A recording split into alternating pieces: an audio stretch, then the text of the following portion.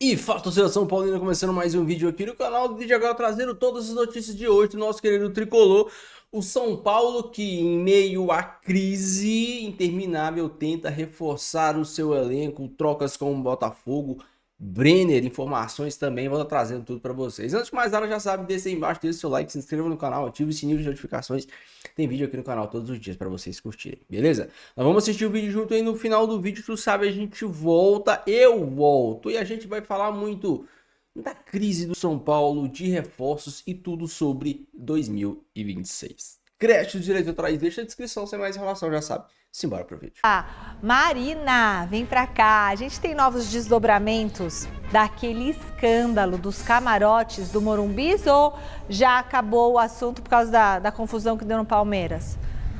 Não acabou o assunto não, Michele. Isso aí vai dar muito pano para manga ainda, viu? O Outen Aires, que é o presidente do Conselho Deliberativo do São Paulo, encaminhou hoje esse caso dessa exploração clandestina do camarote do Morumbi em shows à comissão de ética do clube. Isso aconteceu hoje pela manhã, informação dada pelo GE. Globo, a gente conseguiu confirmar. O Outen Aires solicita ali, ele diz, né, que existe, foram abertas sindicâncias, tanto interna quanto externa, e ele pede para que a comissão de ética aguarde essas investigações para ver o que vai acontecer, para que então a Mara Casares, que é a ex-esposa do presidente do clube, Júlio Casares, que também tinha um cargo ali no clube, e também o Diego Schwartzman, que é o diretor adjunto de base, ambos pediram afastamento dos seus cargos até a finalização dessas investigações, enfim, para saber o que vai acontecer com esses dois, com essas duas pessoas que convivem ali dentro no ambiente do clube, são fortes politicamente ali dentro do clube, né? Lembrando que no artigo 34 do Estatuto do São Paulo, existe sim, prevê punição para sócios que cometam infrações. Aí a gente só precisa entender, se essa comissão de ética assim avaliar, qual é a gravidade dessa infração, que pode chegar ali de uma advertência até a expulsão deles do quadro de sócios do São Paulo. E aí hoje também a Independente, que é a principal organizada do clube, solicitou, exigiu que o Outen Aires expulse tanto a Mara Casares quanto o Diego Schwartzman do quadro de sócios. Um final de ano aí bastante turbulento para o São Paulo, que está fora da Libertadores ano que vem. Então, no campo e fora dele, um ano bastante conturbado para o São Paulo, Michele. Muito obrigada, Má. O que vocês acharam? Você estava aqui ontem, Alex? Tava. E aí já comentou, né? Mas assim, a audiência rotativa do Gazeta É um Esportiva. ano para o São Paulo esquecer, futebolisticamente falando. De castigo ainda fica fora da Libertadores, porque tinha que Cruzeiro ser campeão ou Fluminense, e justo os dois que eram favoritos não se classificaram para a final. Então nem o G8 abriu e o São Paulo morreu na praia em relação ao sonho de voltar a disputar a Libertadores. E fora de campo... Culpa dos seus erros, próprios Claro, erros. sem dúvida. E fora de campo, dizem que tudo isso que está aparecendo agora no São Paulo é só a ponta do iceberg. Pois é, Como eu isso não é que tenho é provas de perigoso. nada, eu estou só observando, acompanhando e lamentando demais que um clube desse tamanho Se preste a isso.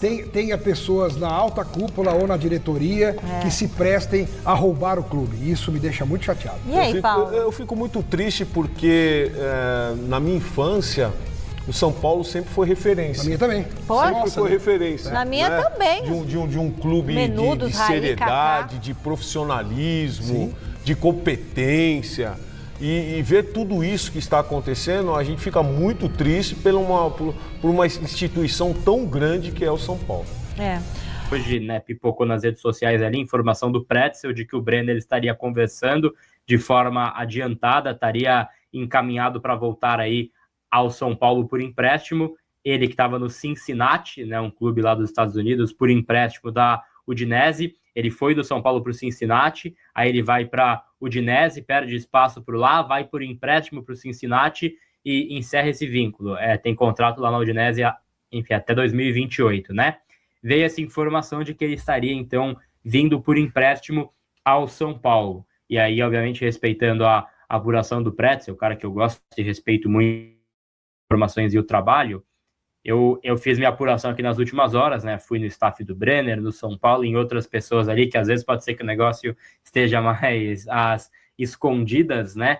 E, cara, ninguém confirmou que tem uma negociação a esse ponto rolando, né? Falaram em sondagem, possibilidade, porque ele deixou o Cincinnati aí nos últimos dias. Então, de fato, por empréstimo poderia acontecer. Ele gosta da ideia de voltar ao futebol brasileiro, mas também tem outras possibilidades, né? E também não ganha um baixo salário. Então, nesse momento, não tem nada avançado entre Brenner e São Paulo, pela minha apuração, pelo menos, mas é um nome que foi consultado pelo clube. Eu gosto bastante, Matheus. Acho que ele, por empréstimo, é um baita modelo.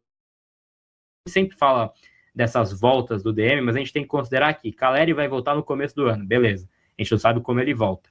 Aí o Rian deve voltar ali para março, praticamente, fevereiro, março. A gente não sabe como ele volta. E o André, fevereiro, março, com tratamento conservador, não operou. A gente espera que ele volte bem, mas tem sempre aquele risco.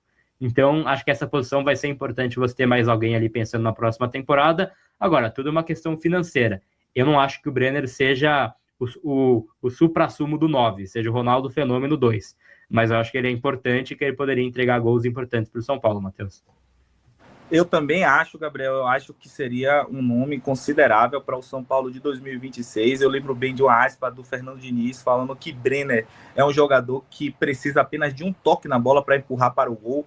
Lembro de belíssimas partidas dele nos anos de 2020 e 2021, principalmente contra o Flamengo, ali na reta final do Campeonato Brasileiro, na Copa do Brasil, em que ele foi, inclusive, o artilheiro da equipe do São Paulo. Eu acho que seria um nome bastante fundamental no ataque para o São Paulo, nessas circunstâncias que a gente se encontra hoje em dia. É um nome que já conhece o clube, vem de Cotia. Inclusive, eu lembro muito bem que quando ele era da base, ele chegou a quebrar recorde de Gabriel Jesus em artilharia no Campeonato Paulista da categoria. Mas, salvo engano, nas últimas horas, o Cruzeiro se movimentou pela contratação dele. Eu acho que é um pedido de Tite. Pedrinho BH deve aí gastar os seus milhões nele, mas se por acaso, se porventura ele viesse para o São Paulo, eu acredito que seria uma boa contratação, Gabriel. Deve fazer esforços para manter o Luciano? E por que a enquete é essa? Porque, mesmo com um contrato até o final de 2026, o empresário do Luciano, o Ângelo Canuto, ele deixou em aberto, né, o futuro do camisa 10 no São Paulo Futebol Clube. Segundo o empresário do jogador, a próxima janela de transferências pode reservar propostas por Luciano, ao mesmo tempo que o São Paulo deve buscar uma renovação contratual para manter o seu camisa 10 e o artilheiro da temporada. Abre aspas para o empresário, o Ângelo Canuto. Acreditamos que o São Paulo queira prolongar mais o vínculo. É um jogador de muita qualidade, maduro, com sua idade e sua experiência. Os números que apresenta são interessantes. Acho que vamos ter uma briga boa de permanência ou talvez de uma transferência para um novo clube. Isso está muito incerto, muito cedo, na verdade, para se falar. Mas acredito que alguma coisa pode acontecer para todo mundo que torce para o Luciano e para o São Paulo. Ele ainda complementou com o seguinte: o Luciano é um jogador muito profissional no que diz respeito a essa tomada de decisões. Toda e qualquer sondagem que recebe passa para a gente e se mantém reservado de tudo isso. Vamos passando para ele as informações, o que é verdade e o que tem fundamento. Lembrando, como disse o Luciano, respeita muito o clube que ele defende. Não foi diferente nos outros clubes. É onde ele está há mais tempo, mais consolidado em sua carreira. Seu respeito é muito grande e deixa isso muito claro. O desejo do Luciano é continuar trabalhando e, se ele puder trabalhar onde está valorizado, onde se sente feliz, onde consegue produzir e entregar seu trabalho, é ali onde gostaria de estar. Propostas financeiras que podem mudar significativamente a vida do atleta também são importantes. Foi o que disse o empresário do jogador, meu caro JP Ferreira. Deixando assim, a gente sabe que no mundo de hoje, no futebol de hoje, os empresários têm cada vez mais poder de decisão na carreira de um jogador. E o empresário Ângelo Canuto não quis cravar uma permanência no São Paulo, deixando completamente indefinido o futuro do camisa 10 no São Paulo. Respondendo à pergunta da nossa enquete, que a galera vai responder no chat também. Vale fazer um esforço descomunal em caso de proposta para o Luciano? Eu acho que um esforço descomunal não vale, né? Porque o Luciano já está com uma idade que vai avançando cada vez mais, obviamente, né? Ele já está com mais de 30 anos, não é um cara que tem um valor de mercado muito alto, mas e aí depende, né? O que seria uma proposta absurda, né? Qual é o nível da proposta? Seria uma proposta absurda para o atleta? Uma proposta absurda para o São Paulo, porque uma coisa é o atleta receber uma proposta muito vantajosa salarialmente falando, né? Porque ele vai receber um valor muito alto. mas o São Paulo não vai receber uma compensação importante. Eu acho que enquanto ele tem contrato, o São Paulo tem que ser bem remunerado caso venha uma proposta para cima dele, né? Se o cara quer levar o Luciano, se o time quer levar o Luciano, eu acho que tem que ser uma proposta vantajosa para o São Paulo. Mas não é um jogador que tem mais aquela idade de ter um valor de mercado muito alto.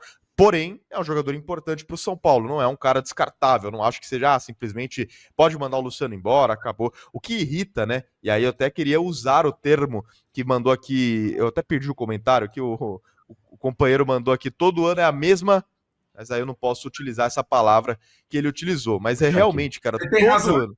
Eu não ele sei tem que razão. Que ele usou, mas ele tem razão. Não, ele tem razão, porque, cara, todo ano, todo final de ano tem essa história, o Luciano vai ficar, o Luciano vai... Irmão, primeiro, o Luciano tem contrato até 2026. Então, até o final de 2026, ele tá ali no São Paulo. Não tem que ter discussão de, não sei como é que vai ser a próxima temporada. Irmão, ele tem contrato. A não ser que venha um dinheiro que seja muito vantajoso para o São Paulo nessa virada de ano, ele vai cumprir o contrato dele no São Paulo. A grande questão é, vale renovar? Não vale renovar? Aí sim, claro que tem essa dúvida, precisa avaliar o clube, o quanto que o atleta vai pedir, o quanto o clube está disposto e pode pagar, porque o São Paulo também vive uma situação financeira complicada. Só é lamentável que todo final de ano é esse mesmo desgaste. Isso eu acho que dificulta até a simpatia da torcida do São Paulo com o Luciano, que tem tudo para ser o jogador mais querido desse elenco. É um cara que tem mais de 100 gols, é um cara que foi importante em 3 títulos para o São Paulo, talvez um ídolo para muitas pessoas, e aí eu acho que é muito discutível se você acha ídolo, se você não acha ídolo. A idolatria é algo muito pessoal, existem os ídolos incontestáveis e os ídolos contestáveis, como eu sempre gosto de falar. Tem alguns que você não discute, mas tem outros que você pode discutir. Eu vejo muitos torcedores considerando o Luciano ídolo, outros que não consideram. Eu acho que é totalmente aberta essa discussão. Mas o problema, cara, é todo final de ano essa mesma história. Não sei se o Luciano vai ficar, o empresário vem e fala que o Luciano talvez tenha propostas interessantes para sair. Toda vez fala que tem alguma possibilidade dele não continuar, enquanto ele tem contrato no São Paulo, mesmo assim gera esse tipo de papo, então isso acaba desgastando a relação Luciano, torcida, São Paulo, e acho que prejudica todas as partes, porque o Luciano é um jogador importante para o São Paulo, mas o São Paulo também é importante para o Luciano, foi onde ele se reencontrou. Ele não tinha mais aquela regularidade na carreira até chegar no São Paulo. É o clube que ele mais jogou, é o clube que ele mais se identificou. Então, o Luciano é bom para o São Paulo e o São Paulo é bom para o Luciano. Começa a correr atrás de coisas que poderia ter feito antes. Por quê? Quer limpar um pouco a imagem. Ixi. Então, o São Paulo começa a fazer o quê? Por exemplo, mudança de estatuto para acelerar a SAF. Tá. É algo que poderia ter sido feito antes, porque o São Paulo e o torcedor sempre falou, olha, tem que virar SAF. Muita gente dentro do São Paulo fala isso. O São Paulo tenta separar o social do futebol, que era algo que já vinha essa é uma discussão em todos os clubes também, né? Mas dentro do São Paulo sempre foi uma discussão de modernização. Sim, sim. E sempre ficou no plano no plano político quando alguém se candidata. Vamos mudar o estatuto, vamos tentar tirar o social do futebol. Modernização já. E aí quando o cara era eleito, aí ficava o quê? Estacionado dentro de um conforto e vamos lá, e não mudava nada. A última mudança de estatuto que teve foi em 2022, quando o Casares fez uma alteração para ter direito, para o presidente ter direito a mais um mandato. Se reeleger. Que antes não era um mandato, acabava e aí teve direito a mais um. Então assim, todos esses movimentos que estão sendo feitos agora são de maneira emergencial para conter uma crise.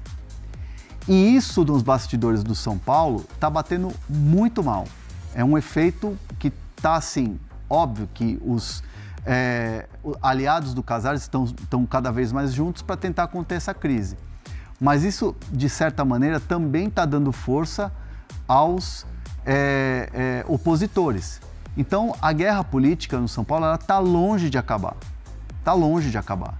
E o Casares está cada vez mais perdendo força. Ontem ele até emitiu a nota, né? O Casares. Ele precisava falar.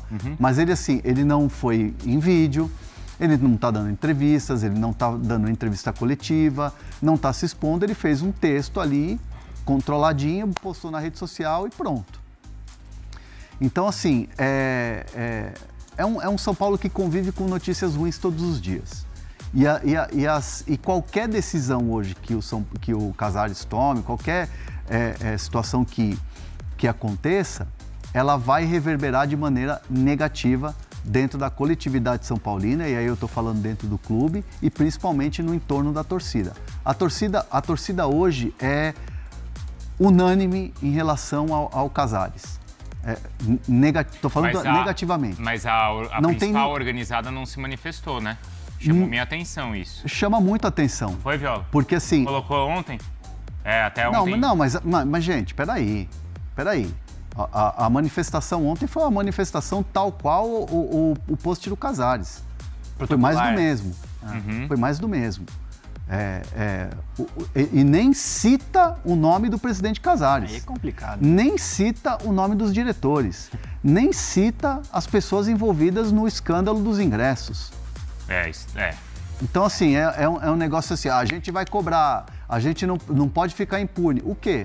Então, assim, é uma organizada que também dentro da torcida do São Paulo comum, totalmente descredibilizada. Tem essa rejeição. Tem essa rejeição. Entendi. O presidente da torcida organizada do São Paulo também está totalmente sem crédito.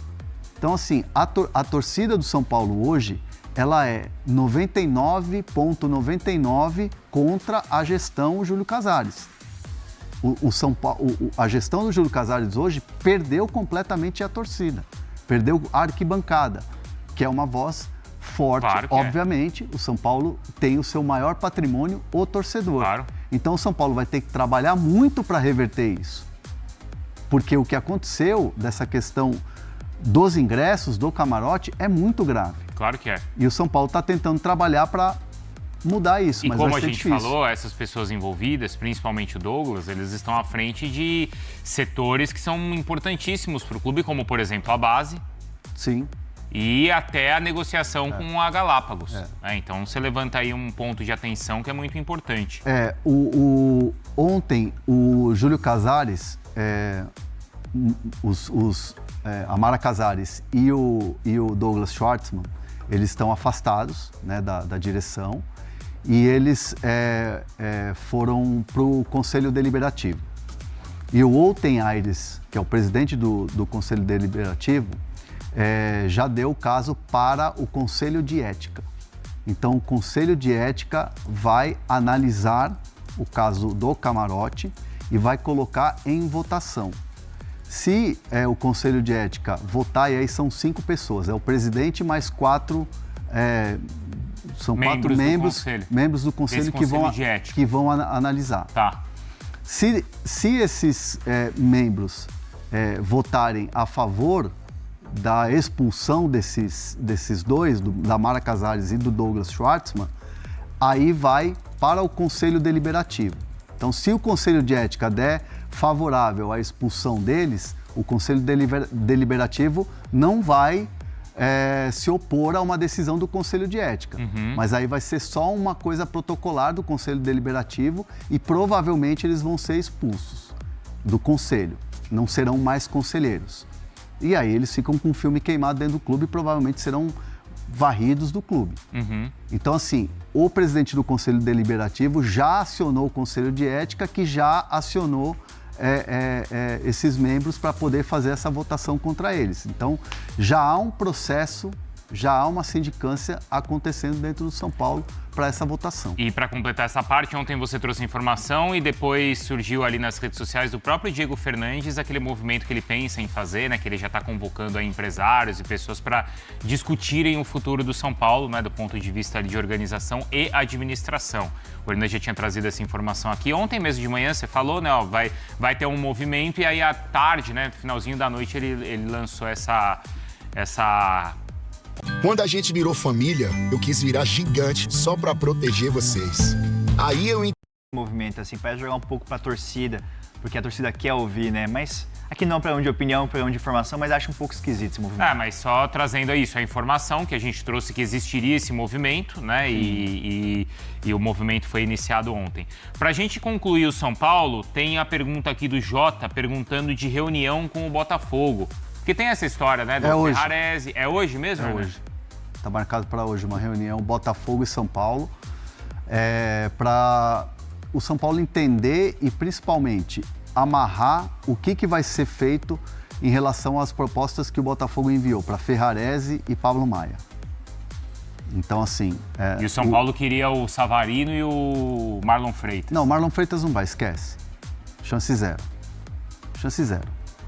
O que o São Paulo quer é o Vitinho, que também está difícil na lateral? troca pelo Pablo Maia.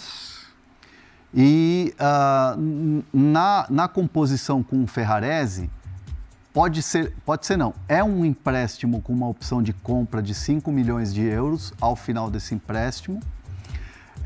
Mas o São Paulo também se interessa pelo Tuco Correia.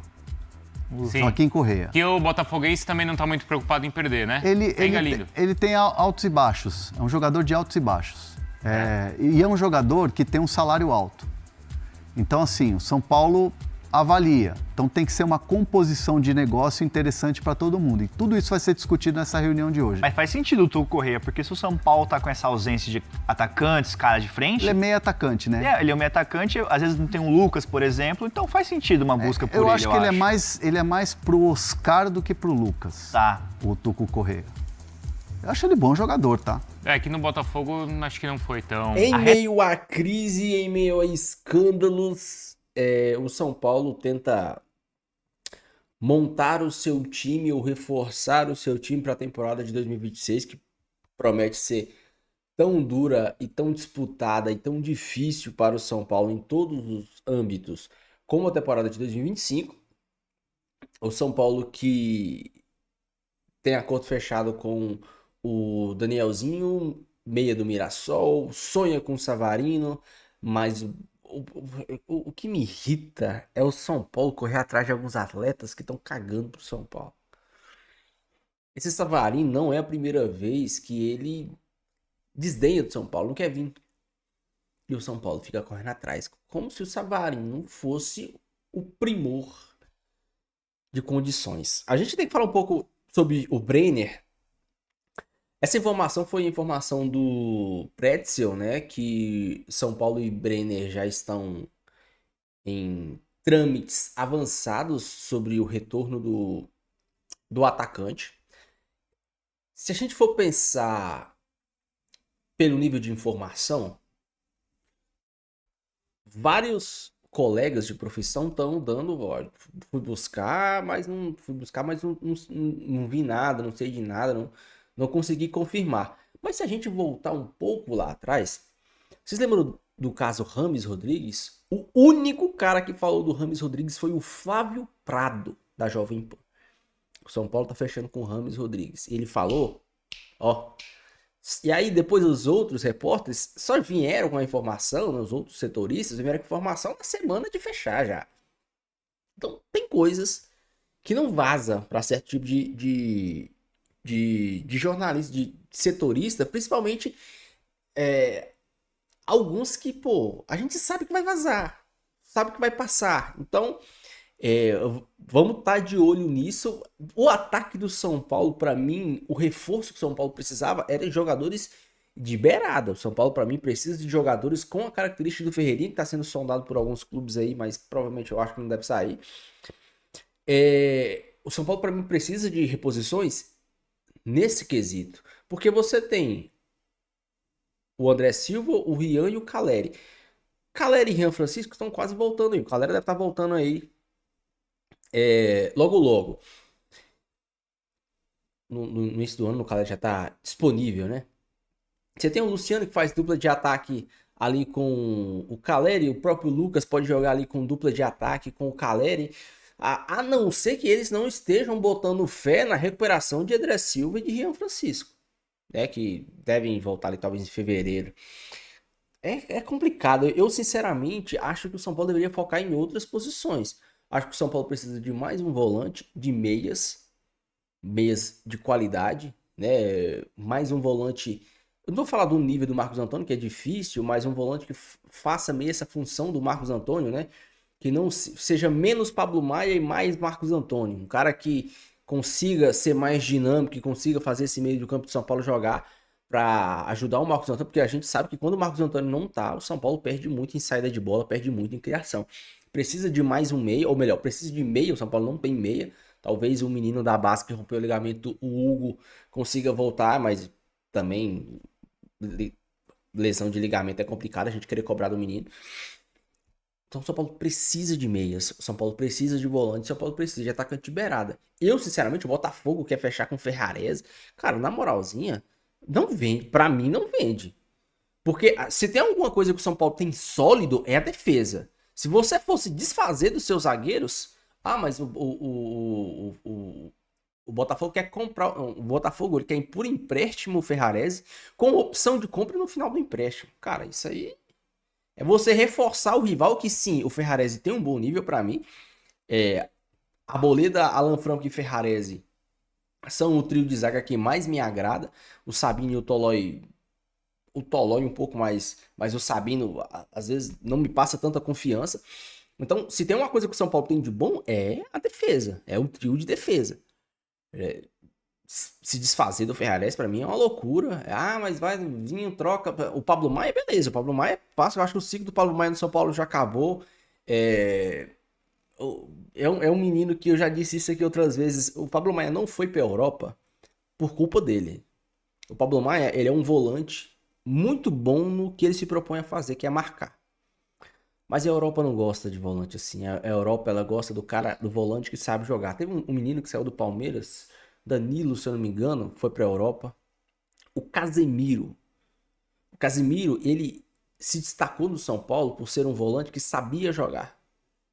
Ele foi pra Europa e aprendeu a marcar. Então, pra Europa, é muito mais jogo você pegar um cara que sabe jogar, pensa pra frente, levanta a cabeça, joga pra frente e chega lá e fala, agora você joga pra frente, beleza, agora a gente vamos te ensinar tática, vamos te ensinar a marcar. Pra eles é muito melhor isso do que ver um cara que, pô, marca pra cacete, é um pitbull, mas tem que ensinar a jogar. Eles não querem isso. Eles não querem. Então por isso pra mim que o Pablo Maia até hoje não foi pra Europa. Porque é o famoso volante que só toca pra trás. Só toca pra trás. Marcando é um pitbull. Cara, é bem melhor que o Luan, diga-se de passagem. É um cara que se impõe fisicamente, mais dinâmico, que tem um ótimo chute de fora da área. Beleza, mas tem sérias dificuldades na saída de bola, tem séria dificuldade na criação de jogada, tem séria dificuldade em dar prosseguimento ao jogo. O próprio Bobadilla e Marcos Antônio fazem muito melhor isso. Antes de finalizar, eu quero que você deixe aí nos comentários. Vocês acham o Luciano ídolo do São Paulo? O empresário do Luciano deixou em aberto a permanência do Luciano esse ano no time de São Paulo. A minha tese do Luciano é que o Luciano só é ídolo para alguns e só tem 100 gols no São Paulo porque o São Paulo vive uma fase medíocre. Porque se o São Paulo vivesse em uma fase mediana, o Luciano não jogava. Se você pega os 2012 para cá, você pega aí o time de 2012, o time de 2015, que quase foi campeão brasileiro, né? Que brigou ali com o Cruzeiro. E o time 2012 e 2015. Provavelmente esses foram os melhores times de São Paulo no papel, né? 2012 e 2015. Em 2012 o Luciano não jogaria. Em 2015 o Luciano não sentaria no banco de reservas. O Luciano só tem os jogos que tem, só tem os gols que tem, porque o São Paulo vive uma fase medíocre da sua história, onde jogadores medíocres passam pelo São Paulo sem nenhuma qualidade.